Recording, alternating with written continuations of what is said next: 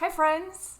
Do you feel overwhelmed all the time by the pile of things that you want to do and the things that you have to do? Are you huddled in a slump in the middle of your sewing with like a bunch of stuff all around you, just sort of like not knowing what to do and feeling totally paralyzed? Are you just unable to do anything? Well, I'm gonna teach you something right now. Are you ready? No. Say no. I'm sure you're thinking, but I can't do that. Yes, you can. Just say no. You can, and you need to. First of all, to understand where I'm coming from, I am autistic and ADHD, just diagnosed, and a good part of my life has been spent trying to do what everyone expects and thinks that I can do, instead of me checking in with myself and deciding what I can do, and then explaining that to people. And a lot of that is because people don't want to hear it. It doesn't make sense to them. But I'm here to tell you, you still gotta say no, regardless of if they get it or not. So one of the things that I already touched on in one of my other videos is about being neurodivergent and how that can contribute to us feeling very lonely, especially in the costuming community. But there's another element to all of this, which is, right, like you've basically been told from the very beginning that you have to operate by a certain set of rules. And if you don't operate by those certain set of rules, everyone seems to think it's okay to shame the crap out of you for not being able to accomplish them. Here's a prime example. Being late. Why does it matter? Oh, but we have to get... No, the goal is to do things when everyone's there and you can wait 5 minutes. I guarantee you, most people don't want to be late. Wait 5 minutes. You don't have to make people feel bad for things that are easier for you to do. But it still happens. We have time blindness, okay? ADHD people have time blindness. And it's not because we don't have a planner, and it's not because we don't have all the millions of different ways that neurotypicals like throw us a solution that isn't even really that helpful. When we look at a clock and we see 2 minutes, we think we can create a skirt in that time. Then 25 minutes goes by and we're like, oh, that felt like 2 minutes, but it's actually been 25. So explain to me how a planner helps you with that. A lot of us actually spend like an entire day thinking about just one appointment because we don't want to forget the appointment. And so we do nothing the whole day just so that we can get to the appointment. Like, that's what we have to do. So when other people, neurotypicals, are able to go about their day and do all of the things they ever wanted to in a day, we don't get to do that because we spend the entire day making sure that we don't miss XYZ appointment with the dentist, the doctor, with the teacher, with whatever, making sure that we're meeting this very particular requirement. It's exhausting. So when neurotypical society hops in and starts shaming us, not only are they making us feel bad, they're making us feel bad for something that isn't something we control, that is a part of our disability, and we literally can't change it. A giant clock the size of my living room wall is not going to magically make me fit this pointless measure of what it is to be a successful human. That's all it is. It doesn't even make any sense. Tying your shoes? Who cares? Not every shoe had a shoelace. If you go back hundreds of years, we didn't have shoes with shoelaces on them. But somehow that's become a measure of like, if you are like a decent human being. So what's something that you can do as a neurodivergent person is struggling within all of these stupid systems? You can say no. You have the power to say no. It isn't a solution for everything. There are a ton of other things impacting our lives, but for the things that I can say no to, I am so ready to say no. Can you get here on time next time? No. Can you just fill out the form? No.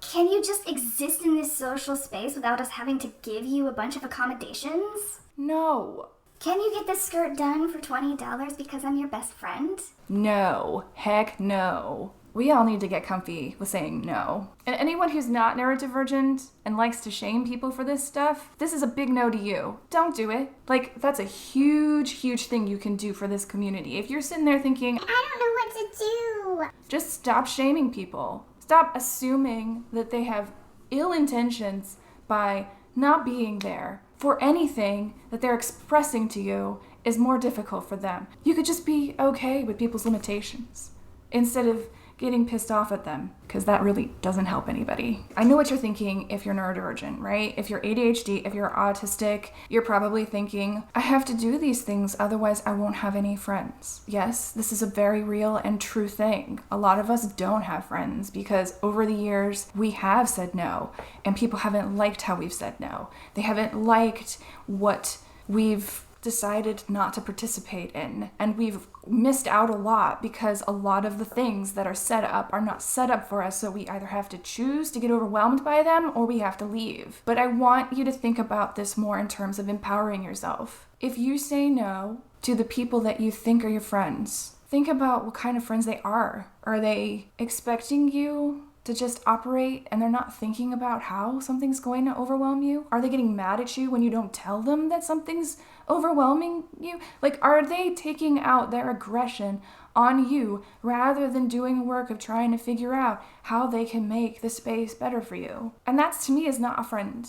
If you have friends who are expecting you to function and operate in a way that you can't, that's ableist. That's not friendship. So all I'm saying is maybe we need to start saying no so that we can make some space for ourselves. Maybe we need to make better friends with ourselves. Maybe we haven't done that enough because a lot of us have prioritized, I know I have, prioritized other people's expectations of us over what we need. No one else is gonna do it, right? So that no that you think is going to upset a bunch of people might. It might. People will probably think you're rude. You can tell them no. No, I'm not.